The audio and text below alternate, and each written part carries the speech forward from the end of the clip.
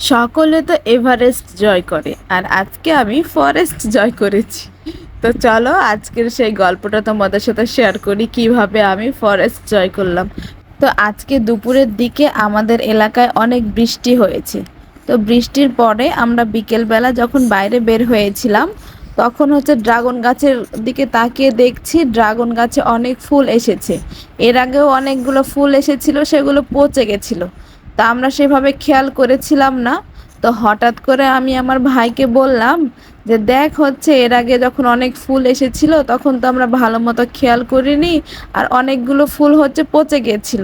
আর dragon ফলের আশেপাশে যে জঙ্গলগুলো হয়েছিল এগুলো তখন পরিষ্কার ছিল।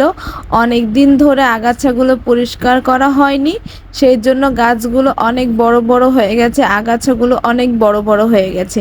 দেখে মনে হচ্ছে পুরো একটা জঙ্গল হয়ে আছে।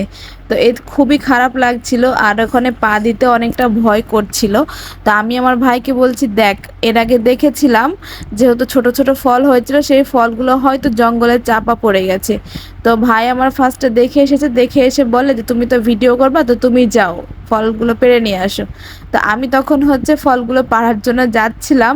তো আমার এতটা ভয় করছিল জঙ্গলের মধ্যে পা দিতে, মনে হচ্ছে আমি কোনো এভারেস্ট না ফরেস্ট জয় করছি এরকমটা। তো খুব মজা পাচ্ছিলাম, আবার অনেক ভয় লাগছিল, যেহেতু বৃষ্টি হয়েছে পোকামাকড় থাকতে পারে, সেহেতু অনেকটা ভয় লাগছে, বুঝতেই পারছো। তো শেষমেশ আমি ড্রাগনগুলোর কাছে পৌঁছালাম, অনেক আস্তে আস্তে পা দিয়েছি, জঙ্গলগুলো অনেক সরিয়ে সরিয়ে দেখেছি। এই জায়গাটা যদিও আমাদের বাড়ির পেছন সাইড। তো ফলগুলো যখন আমি উঠাচ্ছিলাম আমার কাছে এত ভালো লাগছিল, সেটা বলার মতো না। তো নিজেদের গাছের ফল বা সবজি উঠিয়ে খেতে তার আনন্দটা একটা অসাধারণ, মানে বলে প্রকাশ করা যাবে না। নিজেদের গাছের ফল হলে যে কী আনন্দ হয় সেটা বলে বোঝানোর মতো না। তো আমি এদিকে ড্রাগন ফল 3টা নিয়ে একটু ভিডিও করছিলাম, দেখো কালারগুলো কতটা সুন্দর। আর নিজেদের গাছের ফল বলে বলছি না, প্রতিটা গাছেই যখন ফলগুলো হয় তখন এত সুন্দর হয়ে হয়, আর যখন ফল ধরতে শুরু করে তখন প্রচুর ফল হয় ড্রাগন গাছে, দেখতে অনেক সুন্দর লাগে মাশাল্লাহ।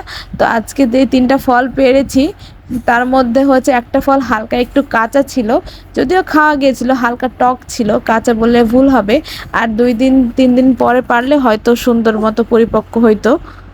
আর এছাড়াও আমাদের ড্রাগনের ছাদে একটা গাছ আছে, সেখানে হাঁড়ির মধ্যে অনেকগুলো গাছ লাগানো হয়েছে, সেটা তোমাদেরকে পরবর্তীতে শেয়ার করব।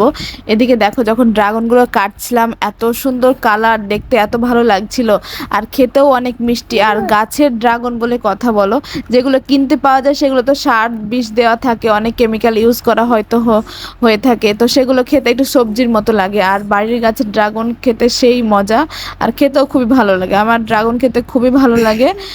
আর আজকের ভিডিওটা আমি এখানেই শেষ করছি। তোমাদের কাছে যদি আমার ভিডিওটা একটু ভালো লেগে থাকে তাহলে লাইক, কমেন্ট এবং শেয়ার করে আমার পাশে থেকো। আর আমার পেজটা একটু ফলো করে দিও, আর ইউটিউব থেকে দেখলে অবশ্যই আমার চ্যানেলটা সাবস্ক্রাইব করে দিও। তোমরা যে যেখানে থাকো না কেন ভালো থেকো, সুস্থ থেকো, সকলের জন্য অনেক দোয়া রইল। আল্লাহ হাফেজ।